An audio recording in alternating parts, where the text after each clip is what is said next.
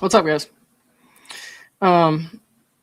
Yeah, sorry. When I do stuff during my workday, I have to kind of I try to time it my best, but sometimes something comes up that I have to finish before I can start and take my break. So we're gonna have to try to keep this under an hour if we can.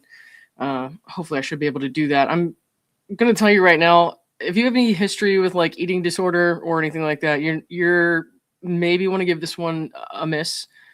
Uh, this is an extremely emotionally manipulative, but unfortunately not uncommon narrative of hers that her illnesses are to blame for everything that she's done, illnesses that she may or may not have. With this one in particular, though, I think it's a little more difficult to stomach.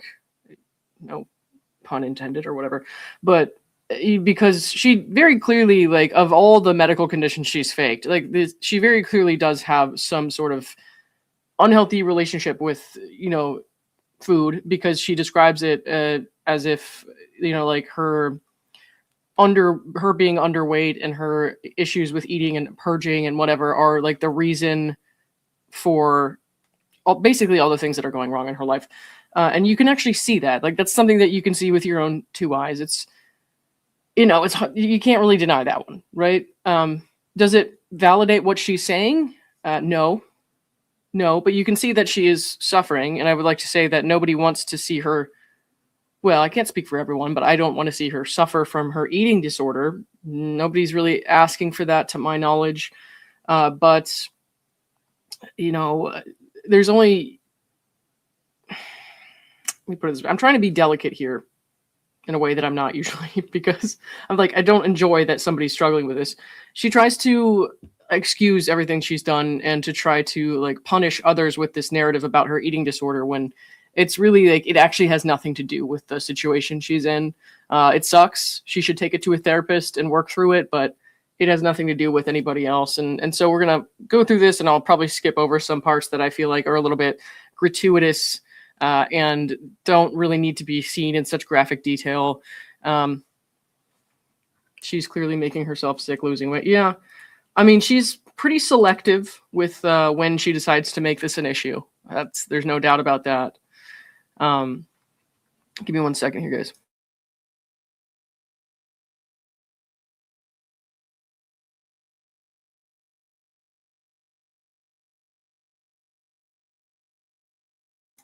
All right. Let's put it this way. She tries to make this clear implication that her eating disorder appeared only after she started receiving public criticism, which is ridiculous and easy to see through, right? So we're meant to completely ignore any role of like food or weight in her adult life, and pretend that we don't know about her previous references to her issues with being underweight, which complicate her own fantasy timeline here. We're supposed to suspend memory and ignore history in order to proceed with the story on her terms. This is how she kind of makes herself out to be some kind of a victim with this. And it's like, I don't want to criticize someone for having an eating disorder, but I want to criticize them for using that and exploiting that to try to paint themselves as a victim when they were very clearly the abuser. So she does this and strips away like any context for why online commentary or criticism exists. And she wants you to believe that this is some kind of a threat that appeared out of nowhere in a vacuum. And the legal system is just a lens that reclassified her life rather than a process that responded to her own criminal behavior. She tries to somehow moralize her illness as if the thinner she is, the truer her accusations must be. And it's just an emotionally manipulative maneuver, and one we're used to seeing from her. Apparently, telling your dishonest version of the story on a public-facing blog designed to attract attention and hopefully undue sympathy is noble, but other people online analyzing it are predatory. So, all right, let me pull this up.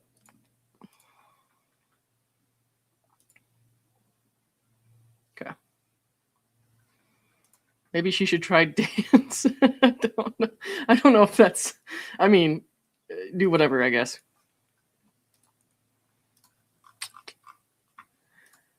So I first copy pasted this into Google Docs because I wanted to take out the images. I don't want to show the photos that she's like posting or whatever, the ones with her family in them, especially the nephews. I'm like, that's not really something that I need to be showcasing here. So I took that stuff out. Like I said, some of this gets pretty flowery, descriptive, gratuitous, and I'm going to skim over those parts. So when I first copy pasted directly from the Medium blog and took out the photos, this shit was 24 pages. And I said this last night when I was talking to Tiff and Patrick, but it's like, imagine after typing these 24 pages of this bullshit, if she could just channel some of that energy, like the possibilities, if she could channel some of that energy into typing into a job application. Like, it really isn't that complicated. Jesus Christ, though. Okay. Like I said, I totally understand if some people can't watch this one or listen to this one because it's a lot, it's very heavy on the emotional manipulation. So just, you know, do what you can. But if you feel like this gets a little too much for you and you get frustrated, just feel free to click off. I'm never going to know about it. You don't have to tell me. You can just leave. Sorry. Not that I want you to, but you know what I mean. All right. There are ways a life can be undone that feel dramatic from the outside, catastrophes that announce themselves, moments that divide time cleanly into before and after.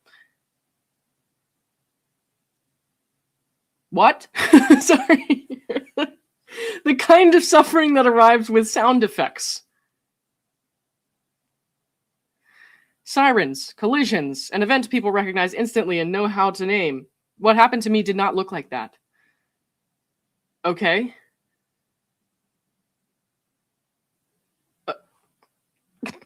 Girl. It looked instead like endurance. It looked like adapting again and again to conditions that never stabilized. It looked like learning slowly, unwillingly, how much a human nervous system can absorb before it begins to fail. And then discovering that failure does not always look like a collapse. Sometimes it looks like function carried far past its limits. Sometimes it looks like staying upright so convincingly that no one notices the cost until the damage has already set in. This or that is what happened to me. What? Again, like, she's doing this weird flowery description of completely irrelevant stuff to try to paint herself as some kind of a hero. I don't really... this is weird ChatGPT nonsense, if you ask me, but okay. For most of my adult life, food had been unremarkable. I did not diet, did not track numbers, did not experience my body as something that needed management. My weight hovered around 120 pounds without effort or thought. I ate when I was hungry, stopped when I was full, and derived uncomplicated pleasure from meals. There was no drama there, no hidden ideology. Food was simply part of the background of a functioning life. Okay. I mean, girl, I don't care how much you weigh. I don't give a shit. Just, like, stop hurting people, right? And stop abusing the taxpayer-funded court system to try to punish people who don't like you. So this, I feel like this needs a tiny violin or something.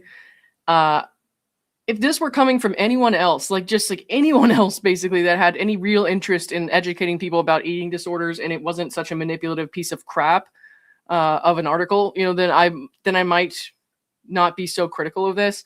It's like, this is, again, we're supposed to believe that she never had any issues before the public came across the case that she brought to the tabloids. So, all right. What changed was not my relationship to food. What changed was my relationship to safety. So right out of the gate here, before she starts criticizing people, she wants you to know there's danger. These people are dangerous. And so what she's going to do is not, of course, explain what she did to get herself into the situation that she's in, or any of the fraudulent things that she did to try to exploit people, extort people, whatever. And she's going to try to set it up as if people are predatory for talking about her situation. So that's the point of that flowery language we just saw before she actually gets to the fucking point. All right. During my paternity court case against former Bachelor star Clayton Echard in 2023, an online group calling itself Justice for Clayton formed and fastened itself to my life with a level of fixation that is difficult to convey without sounding unbelievable. It was obsession, sustained attention sharpened into punishment. My life became a kind of public ledger onto which strangers projected certainty, grievance, and moral authority. Talk about moral authority, Laura. Jesus. So she doesn't really give much detail about how that formed or what it is. She says an online group, but it's actually like a bunch of different people, individuals who have come across her story and don't believe it. Yes, there are forums online run by like different people. Like none of those forums, to my knowledge, are run by the same person or whatever. And she tries to make it out as like it's some sort of, as we've seen before, cult. And she ignores the fact that multiple people have read her story, listened to everything she had to say, and then found out that she lied. So every aspect of me was treated as material. My mental health, my past, my family, my finances, my face, my body, context was stripped away. No, everybody read everything that she had to say, looked at her Dropbox of evidence that she posted onto Reddit voluntarily with no prompting whatsoever. As far as like everything being treated as material, she writes these long, dramatic, public-facing blog posts about her mental health and her past, and in doing so, she exposes lies that she's told throughout her, criminal career, I would say. So that's something that she obviously leaves out. Fragments were repackaged as content and circulated for engagement, narrated with the confidence of people convinced they were acting in the service of something righteous. I mean, you don't have to be doing anything righteous to comment on public proceedings. If you think it's righteous, that's on you, babe. The most severe interpretations traveled fastest. The cruelest framing drew the largest audience for the content creators covering the case. That's actually not true at all. I would actually say the Dave, who has the highest following in all of this because he was the one who started looking at it in the first place, is actually pretty empathetic and much kinder to her than she deserves. So that's just obviously untrue. But okay. Give me one sec here.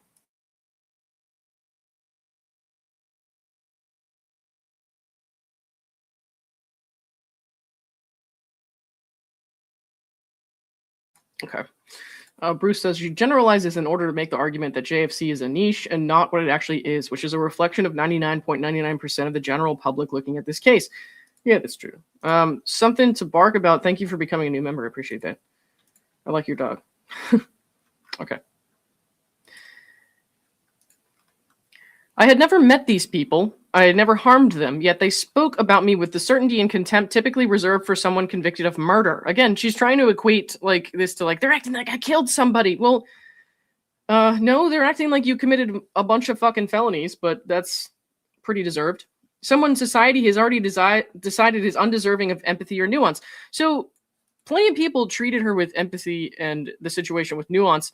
It's just that she attacked those people, calling the police and the FBI on random online commentators who pointed out that she was being intentionally dishonest and faking medical records. So proportion disappeared. Context disappeared. Over time, slurs replaced my name. Being called a cunt became so routine that it ceased to function as an insult and instead became a category, a linguistic shortcut that eliminated the need to recognize me as a person at all. No, I recognize that she's a person. I just think she's not a very good one. If you don't want to be called a cunt, don't abuse people. I mean, it's pretty easy. Also, you can just like tag me next time. I think I'm the only person who called her that in a public-facing way. So if you would like me to stop, then please stop acting like a cunt. There's not really much more to it than that. I feel like I was extremely sensitive to all of her bullshit for a very long time, but even people who are very empathetic and people who try their best to keep an open mind or, handle things with kid gloves, so to speak, it's like you get exhausted after a while, especially when they use legal process to try to attack you and insert themselves into your personal life. It's like you brought this shit to the tabloids and then abused the court system funded by the public to try to damage people that didn't want to be with you. And so people commenting on those public proceedings from then on and the public statements that you put out, they're not really doing anything wrong. Okay? It's not like I randomly came across her blog one day after knowing nothing about her and she did, nothing that would ever attract that kind of attention. And I was just like, wow, she sounds like a cunt. No, when you're using the court system to punish your critics online after you drew them in the first place and asked them to pay attention to you, I mean, they get exhausted, you know? You call the police, you put pictures of people who, you know, talk about your court cases in your court documents. So you do all these things to attract this attention from people and then complain when they don't give you the kind of attention that you want. Like, it's not the kind of attention that she can control. It's really not that complicated. Everybody has their limits.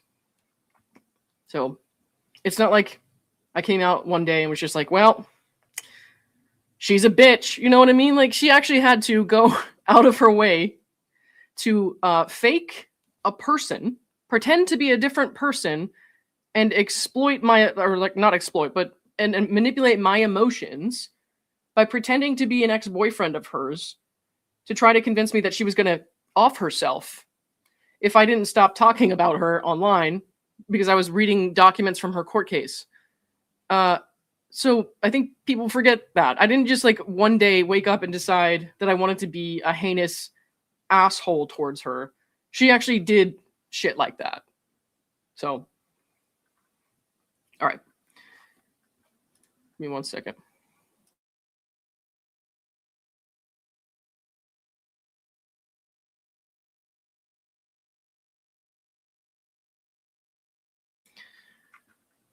Okay.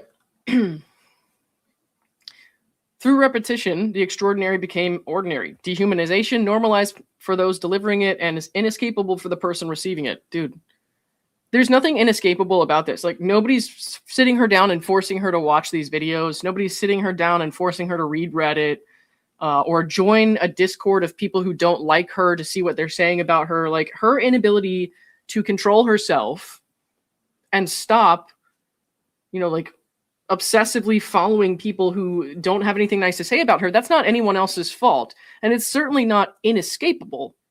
All she has to do is turn off the computer, turn off the phone, go read a Reddit about a TV show, do something else. You know what I mean? Get a job. It's not that hard. There was no off switch. There quite literally is an off switch on every single device you use to stalk people. So no neutral space where I could exist without being watched, interpreted, or repurposed. Dude, how about right now? Like, I've not been paying much attention to her at all recently because there hadn't been a whole lot going on in her actual cases. I'd already gone over a lot of the stuff related to her past cases. I mean, I guess the bankruptcy stuff, yeah, but I haven't really been paying all that much attention to her stuff lately. So there's absolutely a neutral space for you. You can just leave people alone. Like, when this is starting to die down and people are like, okay, well, maybe we talk about something else for a while because the court case isn't happening for a while and nothing else is coming up. And then she comes out with these huge emotionally manipulative blogs to get people talking about her again. It's like, what do you mean there's no neutral space when you keep dragging people back in when the heat is off you? So she should stop reading about herself on the internet. Yeah, it really is that simple, dude. Like, so much of what she claims to have been going through is very simple. You could have just turned off the computer, but all right. I guess you could also write 24 pages about it and then cry when people still don't fall for this emotionally manipulative bullshit, but it is what it is. I knew when Clayton announced he was in a relationship, she'd lose it. I mean, I'm going to say she's been working on this one for a while, given the length of it, but, you know, I don't doubt that. I'm sure there was lots of screaming in the casita.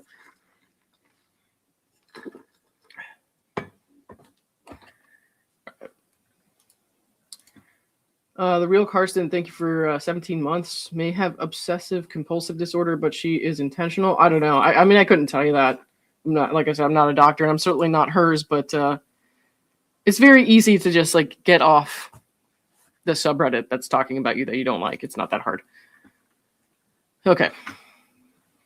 Over time, my body learned what my mind was slower to articulate, that the world I was moving through had become unpredictable and hostile. I was never fully at rest. I was always bracing. Yeah, okay, sure. You looked really scared and uptight when you were like horse jumping while you were supposed to be in court, pretending that you had a life-threatening illness. So I don't really know what to say about that.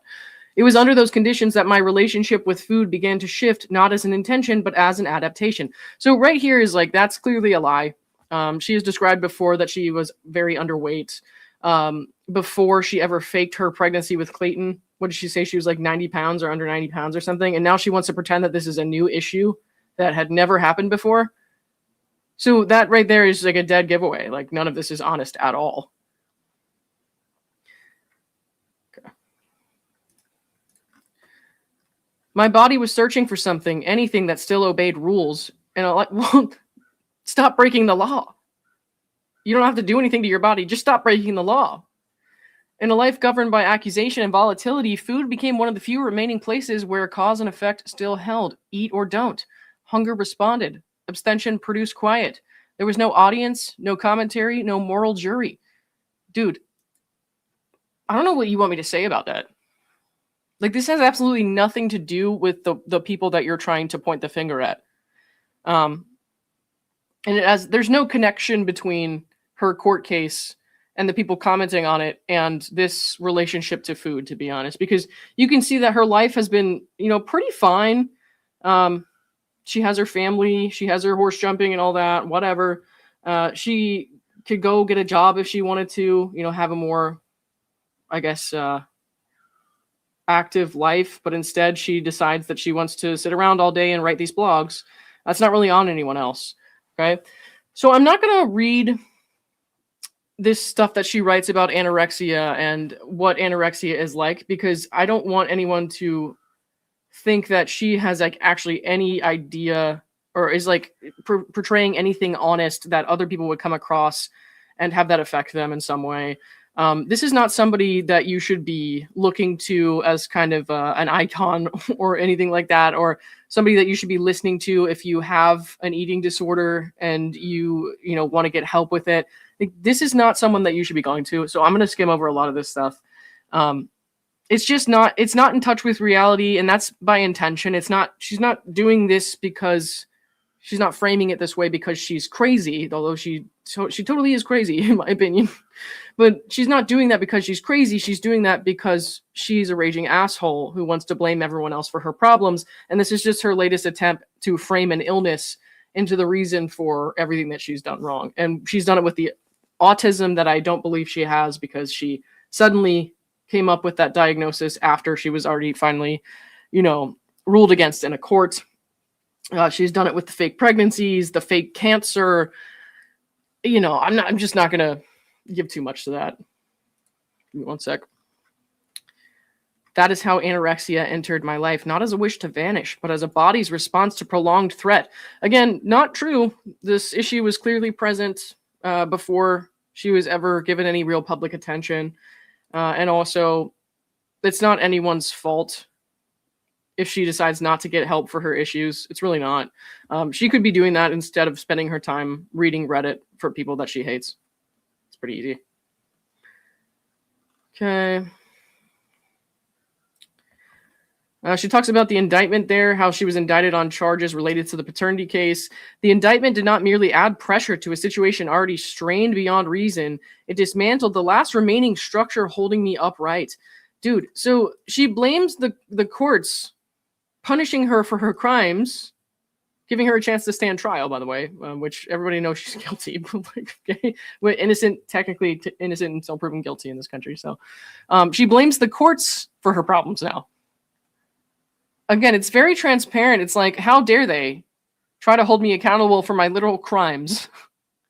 It's their fault that I have issues with my body. That is no one's fault but your own. That is bizarre.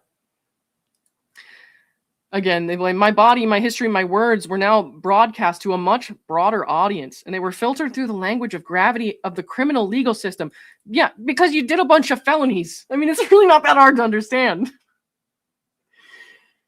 I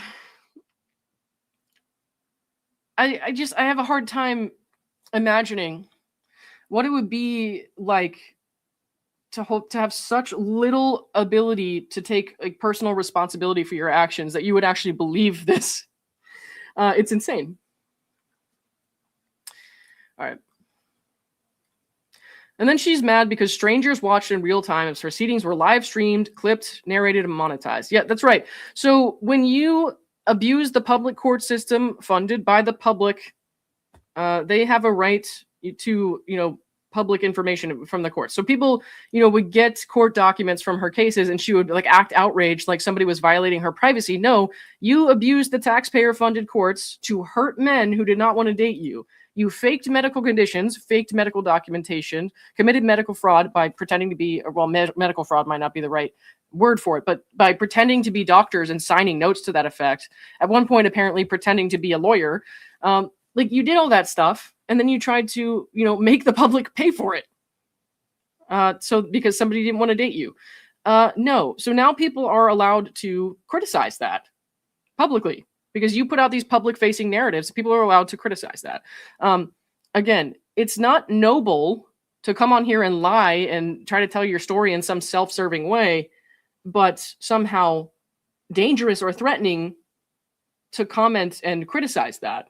You can't have it both ways. You can't be out here doing this, but then say that everybody else who's exercising their right to free speech by commenting on it is wrong.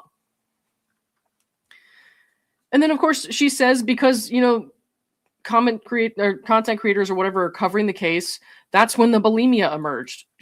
It's not because she didn't get help. It's not because she didn't stop reading and watching everything online about her and exercise self-control. It's because other people were talking about her, so now she has bulimia. It's been years. Get some help. Just J Hip, thank you for the $5. Good morning, buddy. Hey, what's up, man? How's it going? Thank you. Appreciate that. From the outside, bulimia is still often misunderstood as vanity, thinness as aspiration, attention as motive. Listen, I'm not gonna, like I said, I'm not gonna glorify her weird excerpts of her about her eating disorder here that she uses to try to like make herself innocent of crimes. It doesn't really make sense to me. I'm not gonna put her out here as some kind of authority on eating disorders when she refuses to get help. It's not anyone's problem but her own at this point. I don't like to see it. I wish that she would get help and I wish that she would stop. But her doing this and describing a very sad, very real problem for a lot of people and trying to like reach people's emotions to the point where they'll listen to her and hopefully like give her the time of day and ignore everything else that she's done. I'm not going to give attention to that. So we're just going to skip that. Give that a miss. Okay. She talks again about how she's binging and purging. Again, I'm not giving attention to her as some kind of advocate for people with eating disorders. This isn't some triumphant accomplishment that she's putting out a blog about this and blaming other people for her problems and trying to use it to excuse the way that she has abused others. She talks about her weight here. Again, I don't care how much you weigh, just stop committing crimes. I would love it if she would, work on her health instead of consistently trying to listen to everything everyone has to say that obviously upsets her, but I have no control over that. And I'm not going to, forego my rights to free speech and, giving my opinion just because she can't exercise self-control. If I put on weight, though, Justice for Clayton would say, sneering, that something has slipped, as though my health is a moral failing they get to grade. Dude, again, don't care about your weight. The issue is that you faked medical illnesses, faked medical documentation, tried to drag men through the courts and to punish them for not wanting to be with you. You pretended that you were sexually abused. It's sickening what you did, actually. That's terrible. Tried to ruin people's lives with restraining orders when you knew damn well they didn't do anything except try to get away from you. So, like, that's not... No.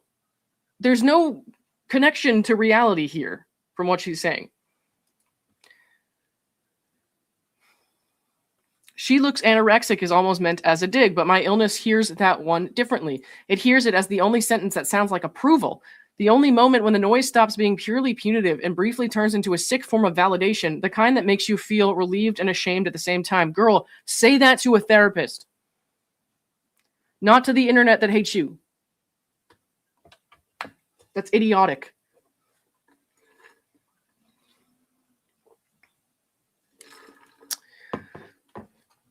And like, look, yes, people are going to say things like, she looks anorexic, and people are going to make fun of her looks. I can't control what other people say and do, and I'm not going to try to. I think that if other people are deeply offended by some of these things that she writes online, as I have been, I'm not going to judge them for how they react to that. I mean, it is deeply, deeply offensive for her to blame things like autism for her crimes and to fake cancer and all that stuff. Like, that got me. And especially when she pretended to be someone else and emailed me as someone else looking for sympathy and trying to get me to try to manipulate me, right? So, like, I definitely understand why people react the way that they do, and I'm not going to judge them for that. If you invite public criticism and continue to do terrible things to people and try to drag them through the courts, as you have with random social media users, calling the police on them, putting them in your court filings, threatening to subpoena them, threatening to, sue Dave Neal or try to get some sort of order against him because you didn't like that he was talking about you online in a perfectly polite way, by the way, not even using her name, just telling the truth about her case. You don't get to do that and then react like everyone else is somehow morally wrong for saying mean things.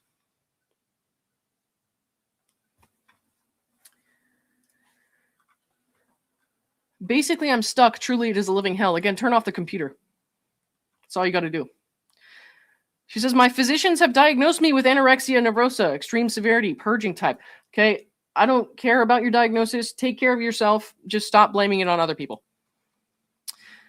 In November 2025, on the night of the superseding indictment, there was another indictment, by the way. I should probably mention that what happened to lead up to that, but my body came close to making the decision for me. So then she tries to say that, tries to make people feel bad, saying that she was having a medical emergency and somehow tying that to people say mean things about me online, so I'm going to die now, and it's going to be everyone else's fault. It's just another way to emotionally manipulate people into thinking, oh my gosh, I better stop. I'm a terrible person. I better stop talking about this, or she's going to die and it'll be totally my fault. Not everything has to be life or death. No, you're not a murderer, but yes, you are accused of 14 felonies, at this point in time. I don't know. She seems to continue to commit fraud, even in her bankruptcy case. So maybe it'll be more than 14 by the time she ever gets to trial. You know what I mean? So this is just kind of ridiculous. It's...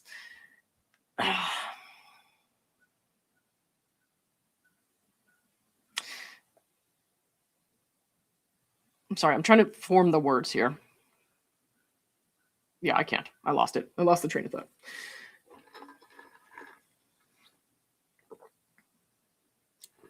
Okay. Anyways, stop doing all that and then trying to make everything about life or death. Like, so she did all these horrible criminal things, and then she's like, I'm not a murderer. It's not like I'm a murderer. And then now she's like, well, I'm gonna die. I'm gonna die if people don't stop telling people that I lied. You know what I mean? So, like, not everything's about life and death like that. Just admit what you did. Take a plea or something. Jesus.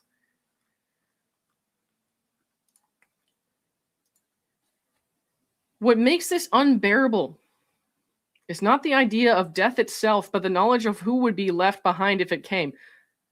Listen. She starts talking about her relationships here with her mom and dad, her sister, her nephews, and, like, that's great. Why don't you focus on that shit? Focus on those relationships. Live your life. Stop doing this. The loss would not belong to the internet. Yeah, nobody wants that. Nobody's asking you to die. Like, I don't want her to die. I want her to go to jail, like she should, and then do better with the rest of her life when she gets out. It would not belong to the people who turned my suffering into their hobby. It would live permanently inside people who did nothing to deserve it. Okay. Nobody did anything to deserve your death. What are you talking about? You're very much alive, by the way. I don't know if you noticed.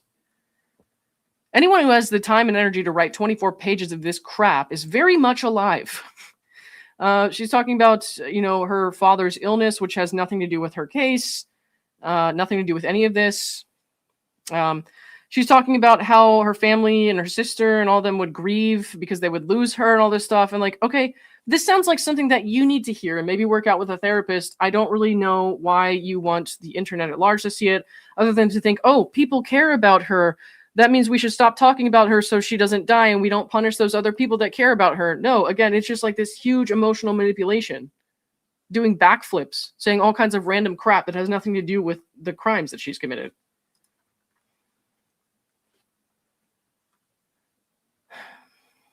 Again, she put pictures of her child nephews online and said, my nephews are so little that if I disappeared from their lives now, they wouldn't lose me the way adults lose someone. They wouldn't even have the chance to miss me. I would be gone before I ever had the chance to exist in their memory at all. Dude. Again, this has nothing to do with the things that you've done and that you're about to stand trial for at all whatsoever. Trying to bring in sick old people and children into it to try to garner sympathy enough that people will ignore the fact that you lied and abused people is not going to work. This is just weird. They would be given pieces of me and told to assemble a person, a photograph where I'm holding them before they knew to look at the camera. The same memories brought out again and again because there will never be new ones to add. Again, this is just like tragedy porn or something. It's like this weird, gratuitous tragedy porn where you're trying to make everyone feel like you're already dead. I don't know, maybe that's a last-ditch plea to get people to stop talking about what you did that was criminal. Okay. I take photographs when nothing is special is happening because those are the moments that vanish first. I record videos on purpose, saying their names, laughing, talking directly to them, so my voice doesn't become something they have to imagine.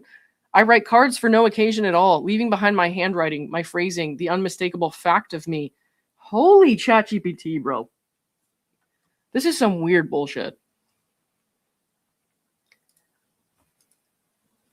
These are not gestures of surrender. It's the opposite. They're the actions of someone who understands slowly and unwillingly that wanting to stay and being able to stay are not always the same thing, and who cannot bear the thought that the people left behind might ever doubt how hard she tried or how fiercely she loved them, even as she was losing control of the body meant to carry her through this life. Dude, get some help.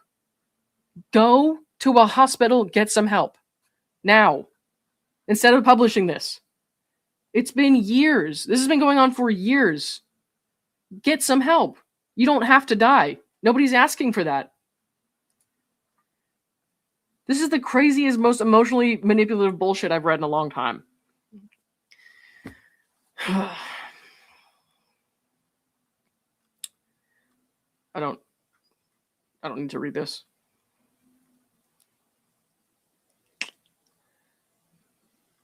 Okay. What frightened me was the idea of anyone facing it alone, of a life ending without someone there to witness it, to stay, to love it all the way through. Even in this last year, while my own life was coming apart, I pulled 2 medically fragile seniors off the county euthanasia list. Those were the 2 best decisions I made all year. Lady. She's talking about what she's doing for seniors and dogs. Do more of that shit. Do less of this. I mean, honestly, doing that stuff has nothing to do with whether or not you are a felon. It doesn't mean that you haven't abused several people for over a decade in the past. But if you want to do more of that right now and spend less time online, go right ahead. Nobody's going to stop you from doing that. I'm not going to complain about that. Go do your shit. I don't care. I'm not going to comment on it. The only reason I even know about it right now is because she wrote this and posted it online, you know? Go live your life. Get some help. She does know that one can get paid to do that work, right? I mean, no, I guess not. I mean, I think she would have a hard time getting hired at this point. Dr. Green better send an ambulance or get her license revoked. Yep, for sure. All right, I'm going to go ahead and skip this.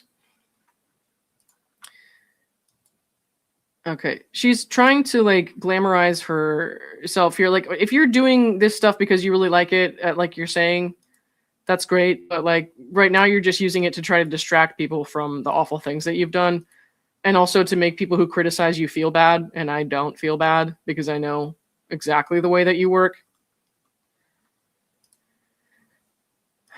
She's basically saying she fears tragedy with her death here, and I'm like, get some fucking help. If my body ever gives out, the story will be told as though it were fate instead of force. Something tragic but inevitable, as if nothing could have interrupted it. What the fuck are you talking about? Like, nobody's trying to kill you. Nobody is trying to kill you. What are you doing? That would be the final lie layered over all the others. The lie that this was simply what happened to me, rather than what was done to me and what my body did in response to an environment that never stopped tightening its grip. Again, this is so out of touch. What was done to me? Like, nobody's murdering you. Nobody's killing you. Nobody's touching you. Nobody actually really wants to bother you at all most of the time when you're doing your day-to-day life. I don't give a shit about that. Just stop posting shit like this online and they won't bother you. You know what I mean? What is most cruelly misunderstood is the belief that persistence equals resistance. That if an illness remains, it must be because the person is not trying hard enough. I don't know anybody who thinks like that. I don't know anybody who thinks like that. So I am trying. I am under medical care. It's time to switch to something a little more intensive. Go have yourself admitted. Seriously, do it. It's the right choice.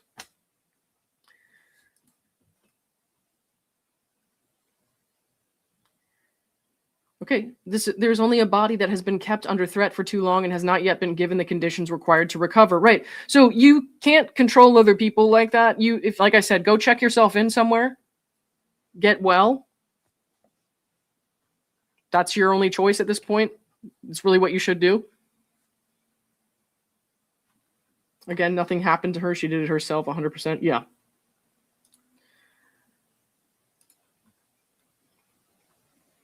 Eating disorders respond to safety, actual safety. Without it, treatment is triage. You stabilize, you intervene, you buy time, you do not heal. You go to a hospital. Go to the hospital.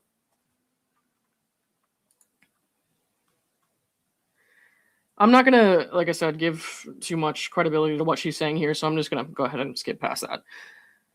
Since 2023, Justice for Clayton has dreamed of a documentary in which they are the protagonists, the people who expose wrongdoing, brought someone to justice, and emerged vindicated. Lady, I don't know if there's going to be a documentary or not, but there is another ending to this story, one they do not account for. If the pressure they have helped sustain continues, if the eating disorder I'm now fighting overtakes me, then there is no version of that documentary that looks like a victory. A film that set out to celebrate accountability would instead have to reckon with the reality that sustained cruelty, public fixation, and relentless exposure did not produce justice at all. They produced a death. So people online are saying mean things about me because I was an abusive asshole and I faked horrible, offensive things, faked cancer, blamed my crimes on autism that I didn't have. And now they're saying mean things about me online. So they caused my death. Holy shit, this is so crazy. Ugh. Okay, give me 1 sec.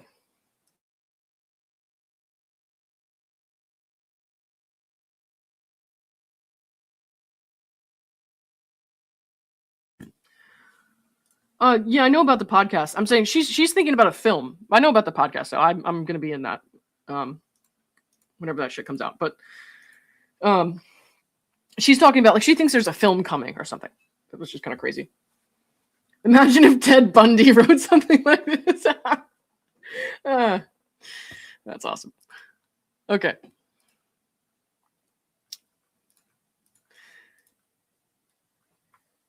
Okay. That would not be a story about truth or righteousness or a woman who deserved it. It would be a record of what happens when punishment becomes more gratifying than resistant. When a handful of $4.99 super chats, a spike in views, the brief adrenaline rush of a like button lighting up or a subscriber count ticking higher becomes just tempting enough to eclipse empathy, when people forget slowly and then all at once what it feels like to be human. No, everybody is very much empathetic towards your victims.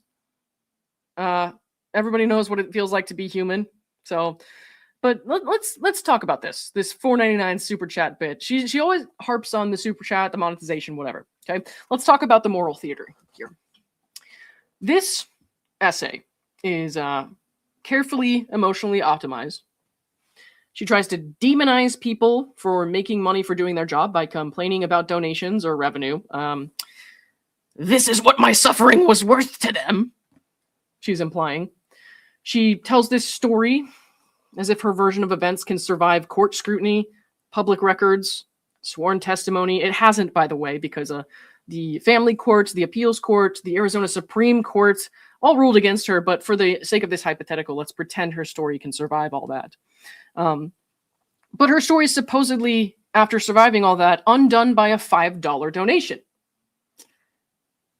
So it seems that the problem was never the $5 donation, it's that the truth was too affordable.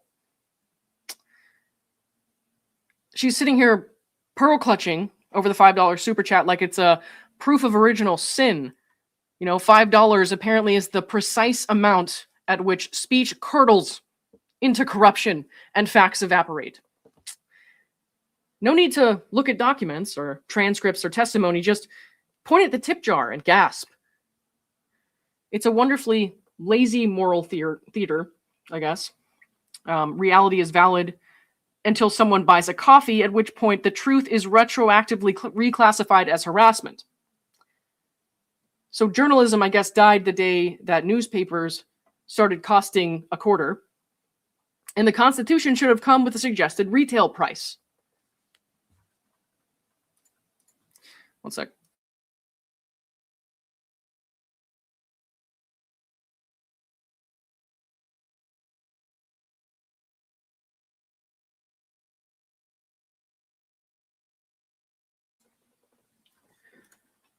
$4.99. How about a $5 instead? Thank you. No thanks. Okay, for the $5. Appreciate that. All right. Okay. I have about 15 minutes tops left, so I'm going to try to skim through the rest of this. In that story, the eating disorder doesn't arrive as mystery or vanity. It arrives as consequence. Food becomes arithmetic. Hunger becomes the closest thing to quiet. Purging becomes a brief, brutal relief that hardens into compulsion and then into medical reality. Not a performance, not a choice, but a body adapting to sustained unwanted attention in an environment that never relented. Dude, turn off the computer. Again, get some help. Nobody's forcing you to listen to this. I know you are, but nobody's forcing it. Some would call it tragic. Some would call it inevitable. Some would say it proves whatever they already believed. Others would insist they didn't know it was this bad, even though I told them, even though they could see it, even though my body was already telling the story.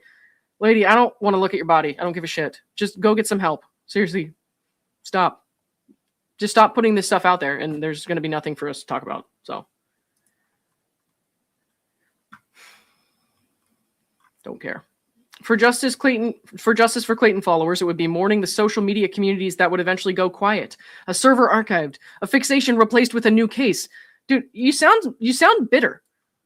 You sound bitter about that. Like a fixation replaced with a new case. What? So you do or you don't want people to like talk about other things? You realize that talking about other cases, other things, that's totally normal, right? You're not the central object of most people's lives. We don't need you. Go get some help. Get better for the people who do need you. Your parents, your sister, your nephews. Do something to help yourself.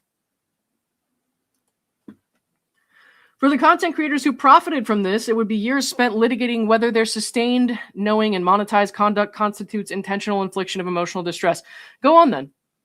Try to sue me for intentional infliction of emotional distress. I have never once talked to this lady. Okay, I've never bothered her. I've never met her. I don't give a shit. I don't care to do that. I'm not going to bother her at all ever. So, like, no, I have not inflicted emotional distress upon you by exercising my right to talk about public court proceedings. Go fuck yourself. Fake Laura Owens, thank you for the $5. Here's $5 the real version of me will never get. Okay, thank you.